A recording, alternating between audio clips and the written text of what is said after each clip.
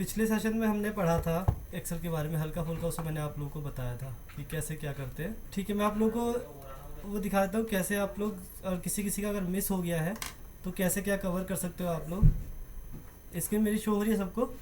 आप जैसे व्हाट्सअप खोलोगे ना अपना, यहाँ मैंने व्हाट्सअप खोला तो आपका जो कोर्स है, जैसे मैंने ये वैल्यू एडिट कोर्स बना रखा है ना यहाँ पे ग्रुप एक, उस ग्रुप पे आपको यहाँ पे क्लिक करना है और यहाँ डिस्क्रिप्शन में देखेंगे आप, ये है डिस्क्रिप्शन, बार बार मैं बोल रहा हूँ आप लोगों को।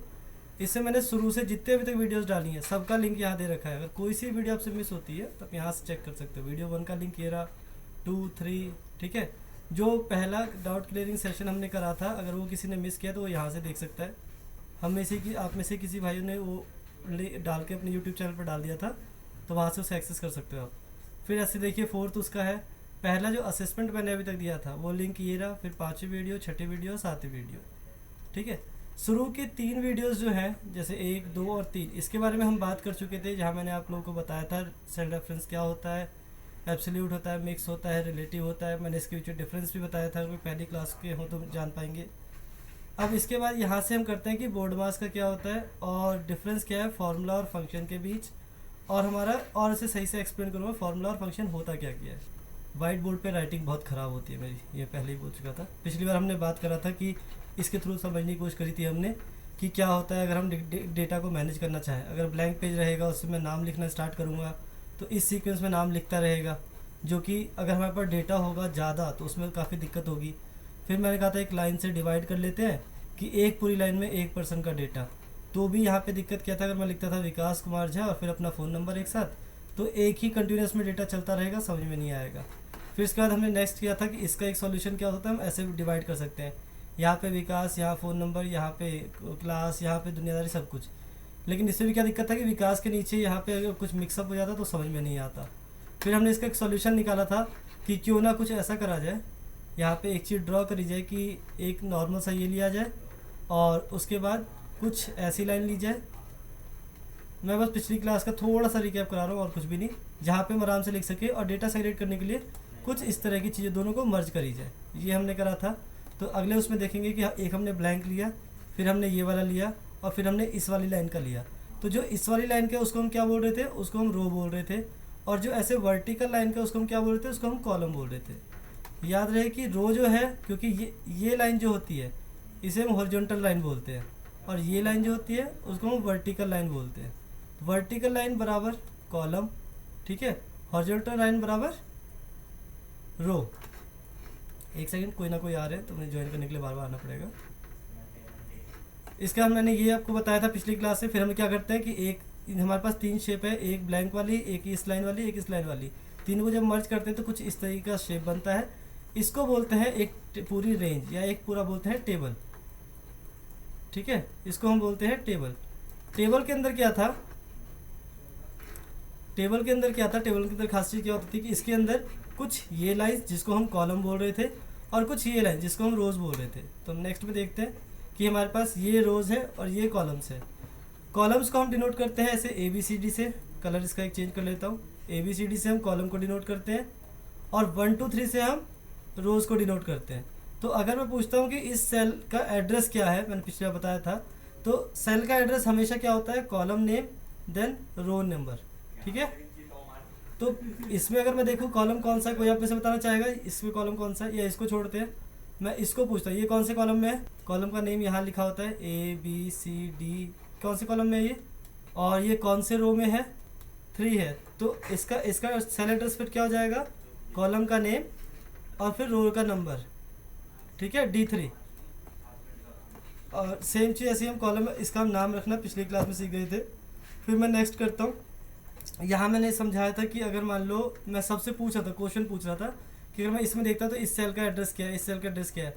आप में से कोई और बताओ इनके अलावा कि इस सेल का एड्रेस क्या होगा। हाँ, क्योंकि ये B वाले कॉलम में है और 3rd रो में है, इसीलिए इसका नाम B3 होगा। अगर मैं इसकी बात करूँ तो ये C वाले कॉलम में है और 5th रो में है, तो इसका हो जाएगा C5, ठीक है। इसको पूरे को मिला के हम टेबल बोलते हैं। टेबल में क्या होता है कि रो और कॉलम का यहाँ पे मिक्सचर होता है कि हम कॉलम को और रो को कैसे दिखा सकते हैं। इसमें किसी को कुछ कन्फ्यूज़न है, मैं इसे रिपीट कर सकता हूँ। हाँ, यहाँ मैं एक और चीज़ बता देता हूँ कि मैक्सिमम रो जो मैंने बताई थी, कॉलम्स मुझे बताए थे, वो XFD होता है, 16,000 समथिंग समथिंग करके कुछ होता है।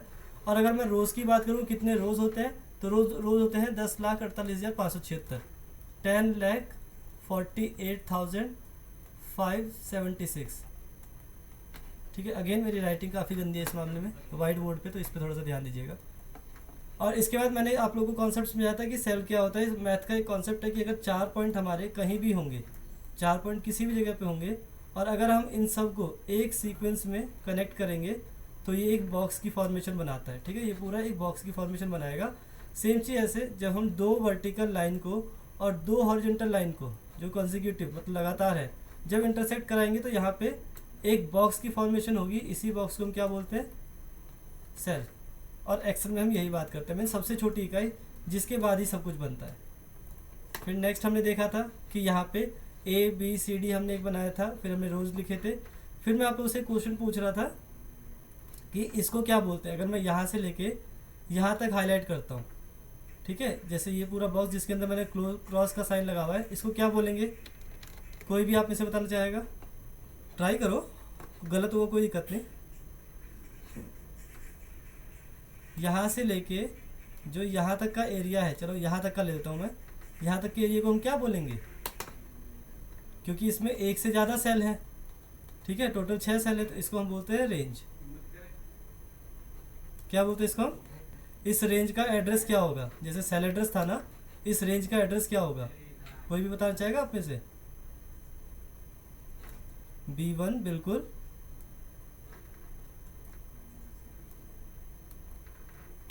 B1। और सबसे लास्ट का इसे क्या बोलोगे आप? नहीं, D, ये D है ना, D2 है ना। तो जब बोलते हैं ना B1 से लेके D2 तक, तो सही लेके के लिए हम ये साइन लगाते हैं। इस साइन को बोलते हैं कॉलन। ठीक है, कॉलन साइन होता है डबल डॉट, एक ऐसे और एक ऐसे। ठीक है, यहाँ इसको हम रेंज के लिए डिनोट करते हैं हमेशा। तो B1 से लेके D2 तक, इसको हम एक रेंज बोलेंगे। ठीक है, सेम अगेन मैं आप लोगों से ये पूछूं कि ये क्या है, ये इस रेंज का नाम क्या होगा? कोई और बताना चाहेंगे?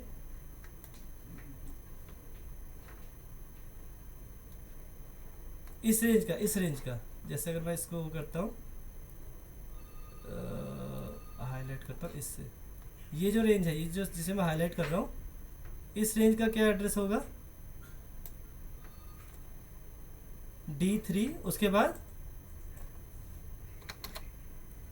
नहीं, ऐसे नहीं, डी रेंज जब हम बताते हैं ना, रेंज एक तो तरीका क्या है कि हम बताएं D3 कॉमा D4 कॉमा, फिर हम बताएं E3, और फिर हम बताएं कॉमा E4। एक तो ये है, लेकिन इसको हम ये भी तो बता सकते हैं कि D3 से लेके E4 तक।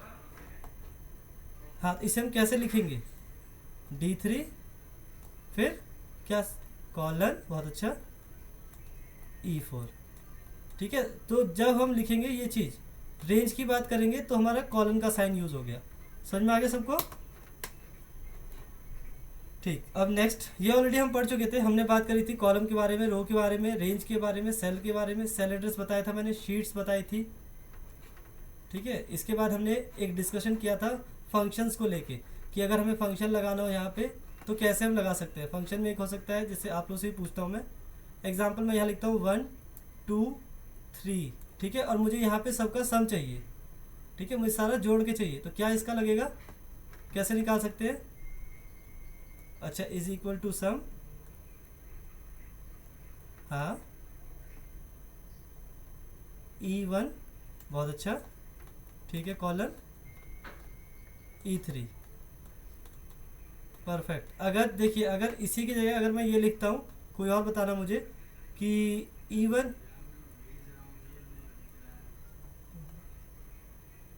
बहुत अच्छा, कहाँ तक करेगा? उसकी लिमिट रेंज क्या है?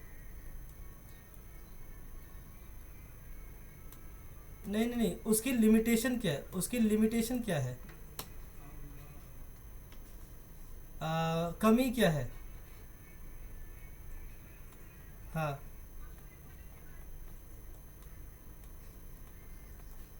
क्योंकि उसकी उसकी कुछ कमी है, इसीलिए हम उसे ज़्यादा यूज़ नहीं करते। बताता हूँ मैं बताता हूँ। ठीक है, देखो मैंने यहाँ तीन चीज़ लिखी है अभी। एक तो ये लिखा है मैंने, ठीक है, सम E1 से लेके E3 जैसा आपने बताया। एक मैंने लिखा है E1 comma E2 comma E3। अच्छा, यहाँ मैं सम लिखना भूल गया, सम, और यहाँ ब्रैकेट घेर देता हूँ। ठीक है, और एक लिखता हूँ 1 + 2 + 3। इन तीनों का आंसर क्या आएगा? इसका आंसर क्या आएगा पहले तो ये बताइए। 6। इसका आंसर क्या आएगा बताओ, इसका आंसर क्या आएगा? 6। इसका आंसर क्या आएगा? 6। तो इनमें से सबसे अच्छा कौन सा है और क्यों? इसमें से सबसे अच्छा कौन सा है और क्यों? अच्छा, ओके, और ऐसा क्यों? इसका एक रीज़न बताइए अच्छा सा।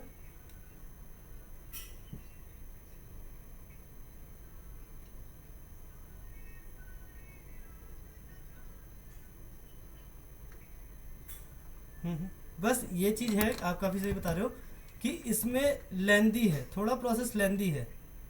ठीक है, कि हमें एक सेकेंड, हाँ हाँ, बिल्कुल बिल्कुल बिल्कुल, उस टाइम पे इशू आ जाएगा। उसमें हम बस, इसमें एक फ़ायदा क्या हो रहा है कि हम शुरू का वो सेलेक्ट करें और एंड का सेलेक्ट करें, जितना होगा खुद ब खुद हो जाएगा। इसमें क्या है, मैनुअली मुझे एक एक करना पड़ रहा है। कल यही क्वेश्चन था कि हम ये क्यों नहीं कर लेते, किसी ने ये बोला था। और अगर हम ये लिखेंगे 1 + 2 + 3, इसमें क्या इशू आएगा? हम्म, नहीं नहीं, ये लेंदी कैसे हुआ? ये और ये तो सेम हुआ, लेकिन इसमें और इसमें एक डिफरेंस होगा ना।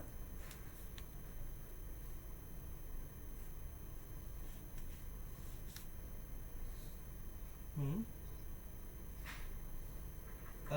इसे लेंदी प्रोसेस ना बोल के इसे हम बोलेंगे कि ये सही तरीका आपका रहा ही नहीं। रीज़न क्या है ना, क्योंकि यहाँ पे हमने वैल्यू फिक्स कर दी 1, 2 और 3।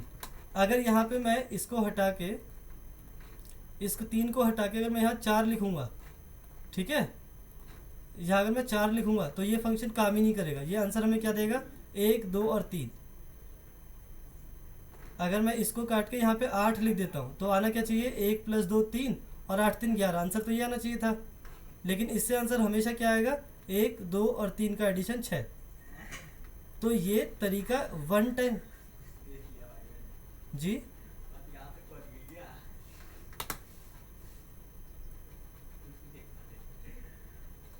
बिल्कुल, मैं वही तो बोल रहा हूँ, लेकिन इसमें, अच्छा,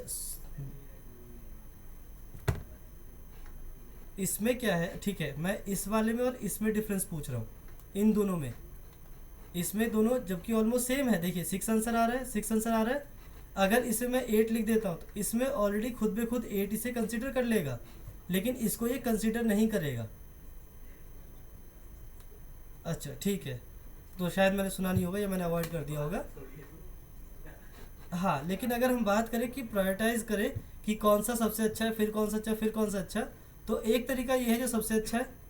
उसके बाद ये आता है, मतलब ध्यान दीजिएगा ये कॉन्सेप्ट मैं आपको क्यों बता रहा हूँ। और उसके बाद एंड में जाके अगर नहीं आता तो ये तरीका अच्छा है। ये बहुत मैनुअल तरीका है और बहुत ज़्यादा लेंदी प्रोसेस है। ठीक है, इसके अलावा एक और तरीका है इसका। इसके अलावा एक और तरीका क्या है इसका, कि मैं लिख दूँ E1 + E2 + E3। ठीक है, एक तरीका ये भी है, ये भी तरीका हो सकता है ना। और इसमें भी क्या होगा कि एक बार वो जो जो E1 E2 E3 में वैल्यू रखूँगा मैं, उसी वैल्यू को वो लेगा। ये यही आज का टॉपिक है और ये मैं आपको थोड़ा और क्लियर से बताता हूँ। रुको, एक मुझे ब्लैंक क्रिएट करने दो, आपको यहाँ पे आई थिंक ये समझ में आएगा मैं क्यों बताना चाह रहा हूँ, कि उसे भी ध्यान देना। अगर मान लो मैंने एक रेंज बनाया जिससे मैंने कुछ कॉलम्स बनाए, ठीक है, मैंने कुछ कॉलम्स बनाए, मैं 4 चीज़ आपके सामने लिखूँगा। आई होप कि मैक्सिमम चीज़ आपको समझ में आ रही होगी उसमें से। ठीक है, और इसमें हमें आंसर चाहिए होगा। मैं यहाँ पे एक वैल्यू लिखता हूँ, मैं लिखता हूँ 2, मैं लिखता हूँ 3, मैं लिखता हूँ 5।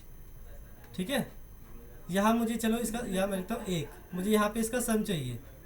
कितने तरीके, कितने वेज हो सकते हैं लिखने के? पहला तरीका कि मैं लिख दूँ = सम। ठीक है, ये मैं आपको समझा रहा हूँ कि फंक्शन और फॉर्मूले में क्या डिफरेंस है। जब एक मेन आएगा तो मैं बताऊँगी कहाँ कहाँ पे यूज़ होता है, कहाँ पे यूज़ नहीं होता। एक तरीका क्या है कि इसे मैं अगर a देता हूँ, इसको मैं 1 देता हूँ, 1 2 3 4। तो इसे क्या लिख सकता हूँ मैं, A1 से लेके कितना A4 तक। एक तरीका ये हो सकता है। सेकंड तरीका कोई बताना चाहेगा?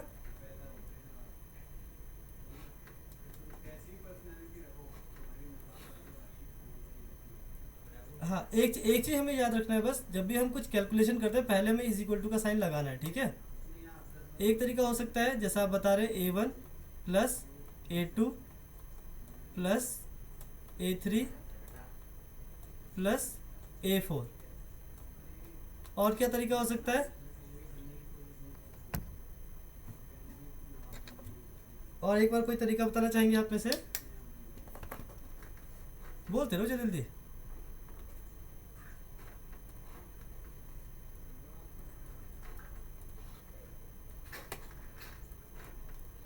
एक तरीका कुछ और बताना चाहिए किसी को? चलो मैं ही बताता हूँ। सम ऑफ A1। अच्छा ठीक है, बाकी तरीके छोड़ो, ये दो चीज़ ध्यान में रखो, ठीक है। अच्छा, इन दोनों में डिफरेंस क्या है? एक लेंदी है, नो डाउट मान लिया, और एक है जो बिल्कुल सही तरीका है। लेकिन इन दोनों में डिफरेंस क्या, कोई बताना चाहेगा?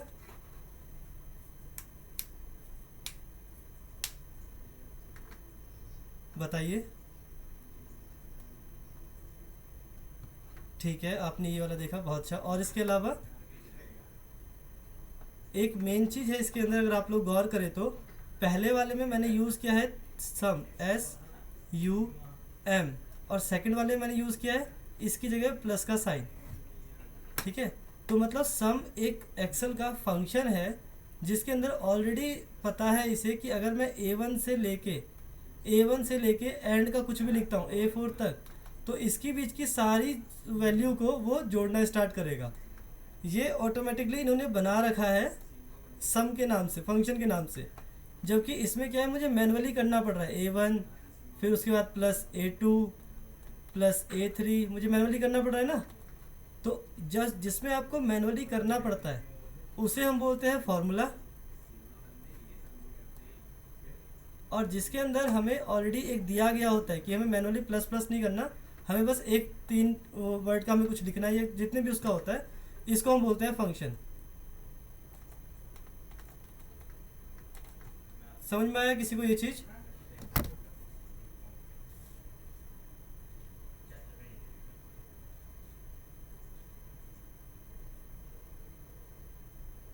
किसी को समझ में आया ये चीज़, या फिर से मैं एक बार रिपीट करूं, फिर मैं बताऊंगा कि कहाँ कहाँ पे काम होता है ये।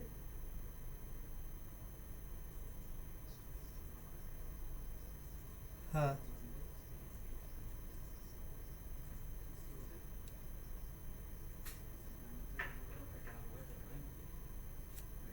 ओके।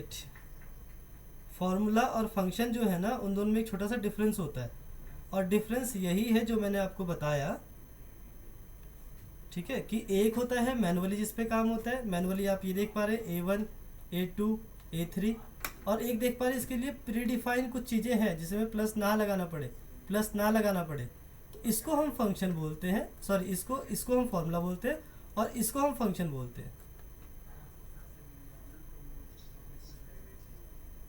हम्म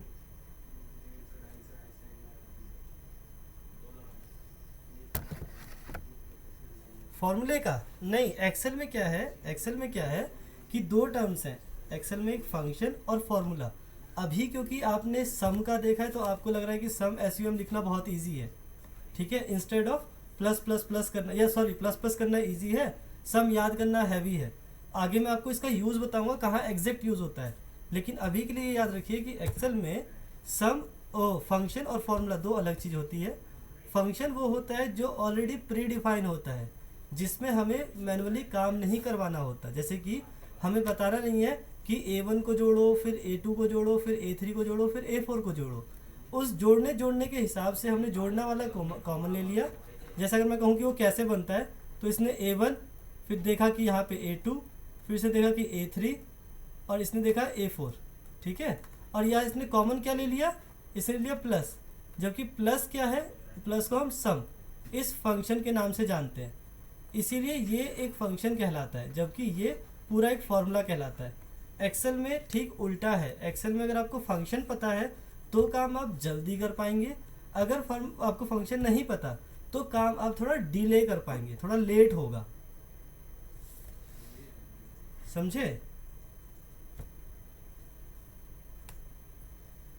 अच्छा, अगर नहीं समझ में आया तो अगर किसी को थोड़ा सा एक्सेल आता हो तो मैं यहाँ पे 2-3, या मैथ्स आता हो, नॉर्मल मैथ्स की बात करता हूँ, एक्सेल को छोड़ो, मैं 2-3 नंबर, कोई भी नंबर बताइए आप, एक डिजिट का कोई भी 3-4 नंबर जल्दी बताइए। 5, ठीक है, 5 8 6, 8 6 14, 14 5 19, और एक और नंबर बताओ कोई, एक ले लेते हैं, ठीक है। अब मुझे इसका एवरेज निकाल के दिखाना जरा। एवरेज कैसे निकलता है ये बताना, किसी को हल्का सा मैथ्स का थोड़ा सा पता हो तो।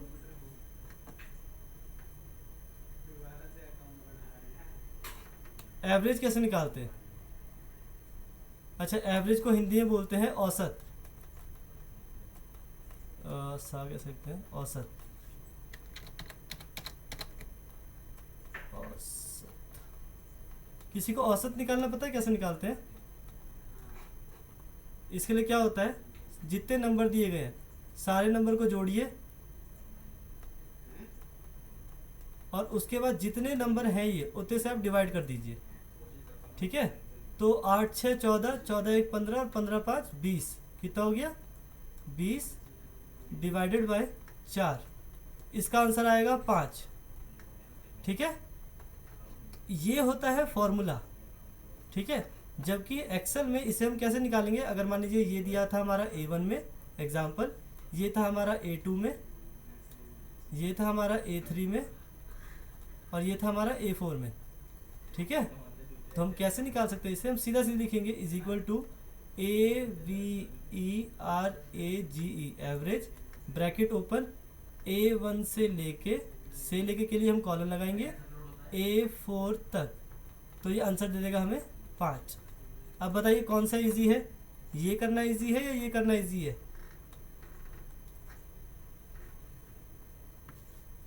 अच्छा, इस चीज को लाइव देखिए एक बार करके। मैं एक एक्सेल की फाइल ओपन करता हूँ, ठीक है। मैं बस एवरेज निकालूंगा उसमें, और कुछ भी नहीं। यहाँ इसको थोड़ा सा मैं जूम कर देता हूँ जो कि आपको समझ में आ जाइए। पहला नंबर क्या था हमारा? 5। अच्छा, A1 में था ना, तो A1 में लिख देता हूँ 5 8 6 1, ठीक है। अगर मुझे यहाँ पे निकालना हो इसका एवरेज, एवरेज निकालना मुझे, मैं हाईलाइट कर देता हूँ, एक यहाँ पे और एक यहाँ पे, ठीक है। और दोनों तरीके से। अब आप मुझे बताइए कौन सा इजी है। पहले तो मुझे निकालना क्या पड़ेगा, इन सब का जोड़, इन सब को जोड़ना पड़ेगा मुझे। तो ये प्लस ये प्लस ये प्लस ये, अगर ऐसे नहीं करना तो मैं इसे सम भी कर सकता हूँ, मैं आपको बताऊंगा कैसे। उसके बाद डिवाइडेड बाय कितने नंबर हैं ये, तो 1 2 3 4, एक तरीका ये है। और इसी के अलावा एक तरीका ये है, एवरेज सेलेक्ट किया यहाँ से लेके यहाँ तक, देख पा रहे कॉलम का साइन आ गया, और एंटर। आप बताइए कौन सा इजी है। इसको बोलते हैं, क्योंकि इस पर हमने मैनुअली लगाया है, इसको हम बोलते हैं फॉर्मूला, और इसको हम बोलते हैं फंक्शन, क्योंकि फंक्शन इसमें एवरेज का था। आप देखेंगे अगर तो एवरेज नाम का फंक्शन था, जबकि इस वाले में हमने कोई भी फंक्शन यूज़ नहीं किया है, ठीक है। अगर आप में से कोई भी बोलते हैं कि नहीं आप इसमें से फंक्शन यूज़ कीजिए, तो फंक्शन के थ्रू मैं इसे कैसे कर सकता हूँ, मैं आपको ये एक बार हल्का सा करके दिखाता हूँ। ग्लिम्प्स का सम ऑफ यहाँ से लेके यहाँ तक, ठीक है। और उसके बाद यहाँ फंक्शन मुझे एक और लगाना पड़ेगा, ये शायद आप में से कोई लोग रिलेट कर पा रहे होंगे। क्वोशेंट इस पूरे का 4।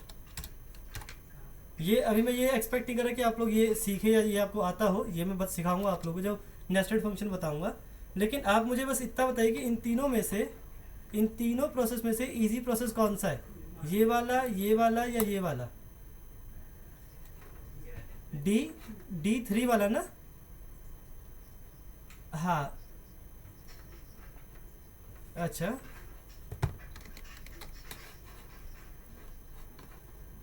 हाँ हाँ, यहाँ पे दिखाता है, बिल्कुल।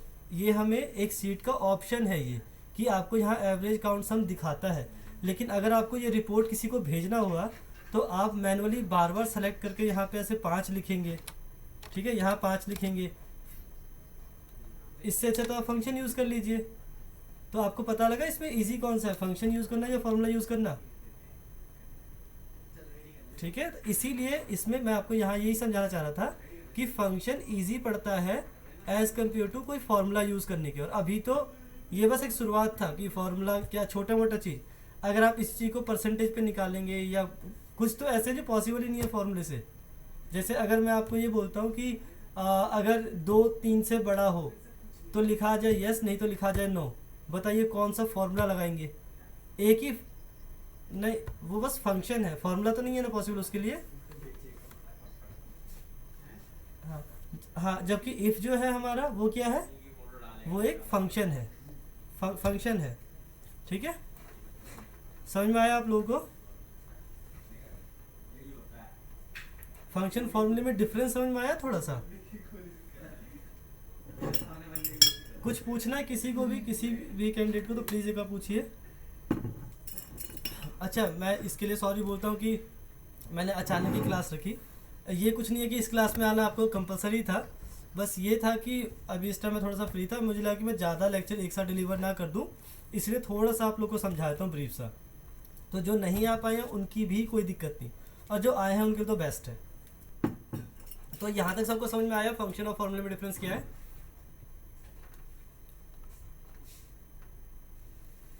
मैं एक एक क्वेश्चन आप लोगों को बताता हूँ। जैसे किसी को परसेंटेज निकालना आता है, परसेंटेज होता क्या है, कोई बताना चाहेंगे परसेंटेज क्या होता है? बहुत अच्छा, चलिए आइए इस लाइन पे आते हैं। परसेंटेज मान लेते कि हम 500 में से 100 में से नंबर दे रहे हैं, ठीक है। मैक्सिमम मार्क्स जो है वो 100 हैं सब्जेक्ट के। सब्जेक्ट ए में 100 दे सकते हैं, सब्जेक्ट बी में 100 दे सकते हैं, सी में 100 दे सकते हैं, ठीक है, मैक्सिमम। ठीक, ये हो गया मैक्सिमम मार्क्स। अब बच्चे के आए कितने, मान लीजिए मैंने एक टेस्ट दिया, ए में मेरे आए 70 नंबर, बी में मेरे आए 50 नंबर, ठीक है, और सी में मेरे कितने नंबर आए, कुछ बताइए अंदाज़ा जोड़ के। अगर मैं कहूँगा ऐसे 120 और मान लेता हूँ 20 से मज़ा नहीं आएगा, 73 7 140 कटेगा नहीं, 150, मैं इसको मान लेता हूँ 30, ठीक है, इसको मान लेता हूँ मैं 30। अब मुझे बताइए कि मेरे कितने परसेंटेज नंबर आए हैं, मेरे कितने परसेंटेज नंबर आए हैं ये बताइए एक बार आपके हिसाब से।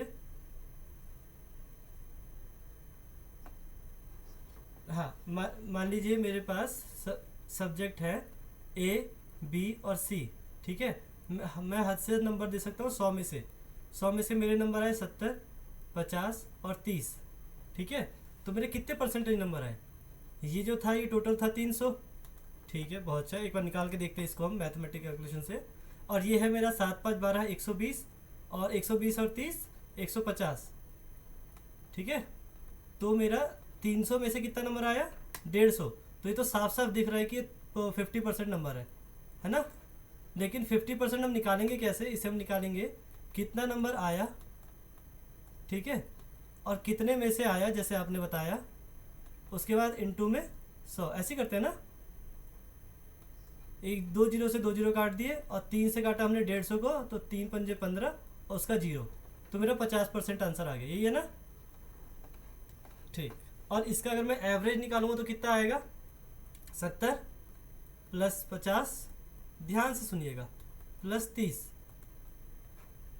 अगर इसको मैं 3 से डिवाइड करूँगा कितना आना चाहिए, 70 और 50, 7 5 12 120 और 30 150, 150 डिवाइड बाई 3, तो कितना आ रहा है ये 50, ठीक है। समझ में आ गया ये।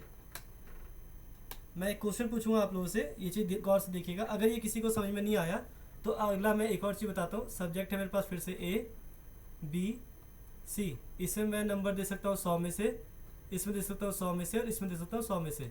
मेरे नंबर आ गए 20, मेरे नंबर आ गए 30, और मेरे नंबर आ गए मान लीजिए 50, ठीक है। तो इसका मैं सबसे पहले परसेंटेज निकालूंगा।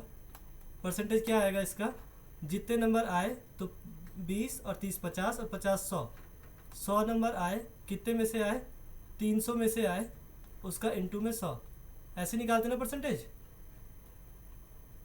जो इसे मैं काटूंगा तो 3 तिया 9, फिर 3 तिया 9, 33 पॉइंट कुछ कुछ आएगा, मैं इसे 4 मान लेता हूँ एग्जाम्पल के लिए, ठीक है। जबकि मैं इसका एवरेज निकालूँ, अगर एवरेज कितना आएगा, 20 plus 30 plus 50 divide by 3, again कितना हो गया ये, 100 डिवाइड बाय 3, कितना है ये, अगेन 33.4 मान लेते हैं इसे थोड़ी देर के लिए।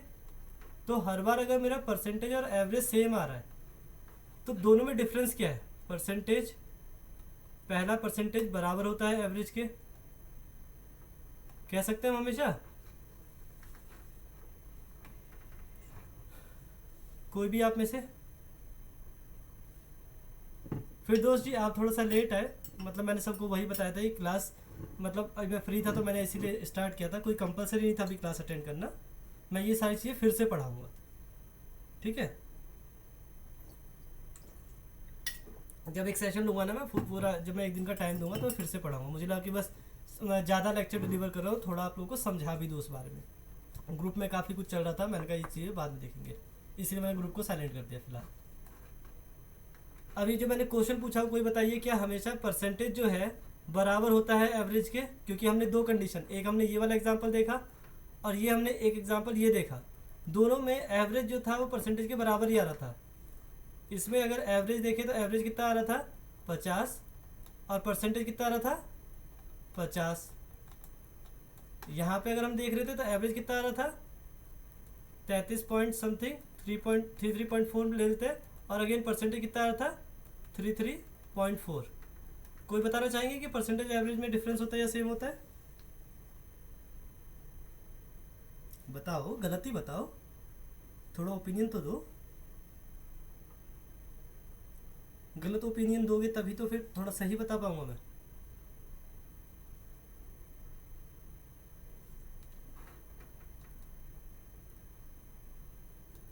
नहीं,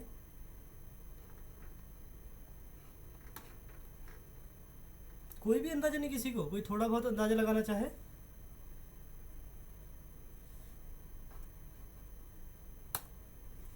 चलो ये आप लोगों का क्वेश्चन हुआ, ठीक है। परसेंटेज एवरेज, पहली बात तो ये बता दूं कि सेम नहीं होता, दोनों डिफरेंट होते हैं, बस आप किस कंडीशन में उसे देख रहे हो वो वाली बात होती है। अभी जो अपकमिंग वीडियो आने वाली है वो इसी पे आएगी कि परसेंटेज एवरेज में क्या डिफरेंस होता है, क्या हम करते हैं क्या नहीं करते हैं।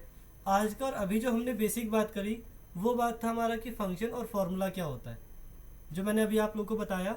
मैं एग्जाम्पल के लिए एक बार और दिखाता हूँ आप लोग को, जिससे जो नए आए हैं वो सीख जाए और समझ पाए उसे, और उसके बाद हम कभी और नेक्स्ट लेक्चर में पढ़ेंगे इसे ठीक से और अच्छे से। तो हम लोग पढ़ चुके थे पहले, जब पिछली क्लास में हमने पढ़ा था, हमने ये पढ़ लिया था, हमने ये पढ़ लिया था, और हमने ये पढ़ लिया था जब मैं रिलेटिव सेल्फ रेफरेंस और एब्सोल्यूट सेल्फ रेफरेंस पढ़ा रहा था आप लोगों को। आज मैंने यहाँ से स्टार्ट किया था, जस्ट मैंने एग्जांपल लिया था कि अगर हमें इन सब को जोड़ना हो, ठीक है, इन सब को जोड़ना हो तो हम क्या करेंगे। एक तरीका हमारे पास है, हम ये लिख सकते हैं, ये लिख सकते हैं, हमने और तरीके देखे थे, दो तरीके हमें बेस्ट लगे थे, एक तो ये वाला सम और एक ये वाला। जब हम मैनुअली किस चीज़ को करते हैं, इस चीज़ को हम बोलते हैं फॉर्मूला, ठीक है, फॉर्मूला, और इसको हम बोलते हैं फंक्शन। अभी बोल रहे थे, किससे मेरी बात हो रही थी, अभिजीत जी से, अभिजीत जी से मेरी बात हो रही थी, तो वो बता रहे थे कि अगर हमारे पास फॉर्मूला है तो हम फंक्शन की नीड क्या पड़ती है, ऐसा समथिंग हमारी कुछ बात हुई थी। तो उस पर मैंने कहा था कि हम क्या कर सकते हैं कि फंक्शन और फॉर्मूला में छोटा सा डिफरेंस देखने के लिए एक प्रैक्टिकल फाइल खोल लेते हैं। प्रैक्टिकल फाइल मैंने एक्सेल की खोली थी, ये वाली, जिससे मैंने क्या कहा था, यहाँ पे मैं एक बार और करके दिखाता हूँ आप लोग को। यहाँ मैं करके दिखाता हूँ, यहाँ मैं लिखता हूँ कोई भी नंबर, जैसे मान लीजिए 10, फिर 50, 20 और 10। अगर मुझे इसका यहाँ पे निकालना हो एवरेज, मैं यहाँ पे सेलेक्ट करता हूँ और यहाँ पे रखता हूँ, दोनों पे मैं निकालूंगा एवरेज, ठीक है। बस यहाँ क्या होगा, यहाँ मैं निकालूंगा फंक्शन के थ्रू फंक्शन, और यहाँ निकालूंगा फॉर्मूले के थ्रू। तो मुझे बताइएगा कि फॉर्मूला या फंक्शन कौन सा सही होता है आप में से। फॉर्मूला इसमें से क्या था, हम इसे डिस्कस कर चुके थे कि हम सबको करेंगे ऐड, सबको हम पहले करेंगे ऐड, ये प्लस ये प्लस ये प्लस ये, एक तरीका ये है। उसके बाद डिवाइड बाय कितने नंबर है ये 4, तो हमने डिवाइड कर दिया। और अगर इस चीज़ को हमें फंक्शन से निकालना है तो हम कैसे करेंगे, एवरेज, हमने एवरेज लिखा और हमने सेलेक्ट कर दिया ये B14 से B17, हमने कर दिया एंटर। दोनों से आंसर सेम आया, लेकिन इजी हमें किससे पड़ा, इससे करना, फंक्शन से करना या फॉर्मूले से करना, बताओ इजी हमें किससे पड़ा।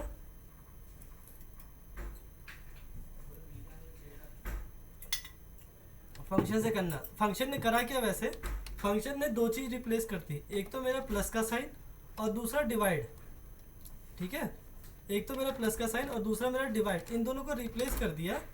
और उसके बाद हमने क्या किया, सीधा हमने ऑप्शन लगा दिया यहाँ पे, और मुझे बार बार इसमें रेंज नहीं देनी पड़ी कि 1 बाय 1 जैसे रेंज दे रहा था मैं, B14 B16 B15, तो मुझे रेंज नहीं देनी पड़ी। इन सब चीज़ों को कंबाइन करके एक्सेल ने ऑटोमेटिक फंक्शन बना रखा है AVERAGE के नाम का, वो एवरेज कहलाता है। अगर मैं नॉर्मल लिखूँगा एवरेज, इससे मैं एक और चीज़ और थोड़ा सा यहाँ पर बता दूँ, जो पहली क्लास से आपको शायद बताता आ रहा हूँ, कि अगर मैं लिखता हूँ एवरेज AVERAGE, तो यहाँ पे ये एज अ टेक्स्ट काम करेगा। इसको एज अ फंक्शन काम कराने के लिए मुझे साइन लगाना पड़ता है इज इक्वल टू का। ये जब मैं आप लोग को पढ़ाऊंगा कि हाउ फंक्शन वर्क करके, तब आप लोगों को ये पूरा सही समझ में आएगा। इसका वीडियो मैंने अभी आपको नहीं दिया, जिसमें आपको हल्का सा बताया था, उसके बारे में इंट्रोडक्शन दे देता हूँ। अब अगर मैं लिखता हूँ एवरेज, तो यहाँ देखेंगे आप एवरेज में बिल्कुल सटीक आते कि अब क्या करना है ये बताओ। तो इसके नीचे का आपको ये दिख रहा है सिंटैक्स या आर्ग्यूमेंट्स, इसके बारे में अभी मैं बात करूँगा अपकमिंग क्लासेस में, ठीक है। इतना समझ में आ गया। फिर हमने एक बात करा, अभी फिर दोस्त जी आएंगे तो फिर दोस्त जी को हल्का समझाता हूँ, और मोहिनी बच्ची आई है, मोहिनी को समझाता हूँ कि यहाँ पर सम लिखा हमने, सम के बाद एक रेंज दिया। यहाँ अगर हमें मैनुअल लिखते तो ये हम फंक्शन के थ्रू कर रहे थे, सम वाला एवरेज निकालने के लिए अलग अलग किया था। यहाँ वही चीज़ मैंने आप लोगों को समझाया कि एवरेज कैसे निकाला जाता है, जिसे हिंदी में हम औसत के नाम से भी जानते हैं। अगर हम 5 8 6 1 ये 4 डिजिट लें और इसका निकालेंगे एवरेज, तो एवरेज का मतलब होता है कि सबको जोड़ दो, कि सम ऑफ टोटल जितने नंबर दिए गए हैं और कितनी बार वो है नंबर, उस कितने नंबर है टोटल उससे डिवाइड कर दो, ठीक है। एक मैथमेटिकल प्रोसेस ये कहलाता है, और ये कहलाता है हमारा एक्सेल के हिसाब से फंक्शन वाला, ठीक। इसको हम नेक्स्ट करते हैं। यहाँ पे अगला मेरा क्वेश्चन ये था कि परसेंटेज जो होता है हमेशा वो एवरेज के बराबर होता है या नहीं। आई थिंक मैंने ये वीडियो आप लोगों को दे दी है कि परसेंटेज एवरेज के बराबर होता है या नहीं होता, या अगर नहीं दी तो शायद नेक्स्ट वीडियोज़ यही होने वाली है। अभी मैंने आप लोगों को वीडियो यहाँ तक दी है कि फॉर्मूला और फंक्शन में क्या डिफरेंस होता है। तो मैं एक क्वेश्चन के साथ इस क्लास को छोड़ रहा हूँ कि अगर मान लो मेरे पास एक सब्जेक्ट है A, B और C, मैक्सिमम नंबर है 100 में से नंबर दे सकता हूँ मैंने नंबर दिए 70 50 और 30, तो मेरे पास टोटल नंबर आ कितने सकते थे 300, कितने आए 150। तो परसेंटेज कैसे निकालते हैं, कितना आया, ठीक है, कितने में से आया, जैसा कि अभिजीत जी ने बताया मुझे कितना आया कितने में से आया, बिल्कुल ठीक बताया उन्होंने, इंटू 100, ठीक है। जब हम ऐसा निकालते हैं तो यहाँ से मैथमेटिकल कैलकुलेशन होती है और यहाँ से हमारा जो आंसर आता है वही हमारा परसेंटेज होता है। सेम एवरेज निकालने का हम सीख चुके हैं, कितने नंबर आए आपके डिवाइड बाय कितने सब्जेक्ट थे आपके, तो हर एक सब्जेक्ट में एवरेज, ठीक। अगेन मैं दूसरा एग्जाम्पल देख रहा था, दूसरे एग्जाम्पल में यही था ABC 100 100 100 आए कितने 20 30 और 50, ठीक है। तो यहाँ पे हमारे नंबर आ गए थे 33%, और यहाँ मैंने एवरेज निकाला तो वो भी 33.4। तो क्या डिफरेंस है एवरेज में और परसेंटेज में, ये आज का क्वेश्चन है। इसे थोड़ा सा बस सर्च कीजिएगा और ढूंढिएगा, ठीक है। और इसके अलावा इसमें आज कुछ भी नहीं है। किसी को कुछ पूछना है इतने में, या कहीं से भी कुछ पूछना हो किसी लेक्चर में से, ऐसा तो पूछ सकते हो, अदरवाइज हम क्लास को एंड करेंगे थोड़ी देर में। चलो फिर हम आज ही क्लास को एंड करते हैं, हम मिलते हैं नेक्स्ट क्लास में।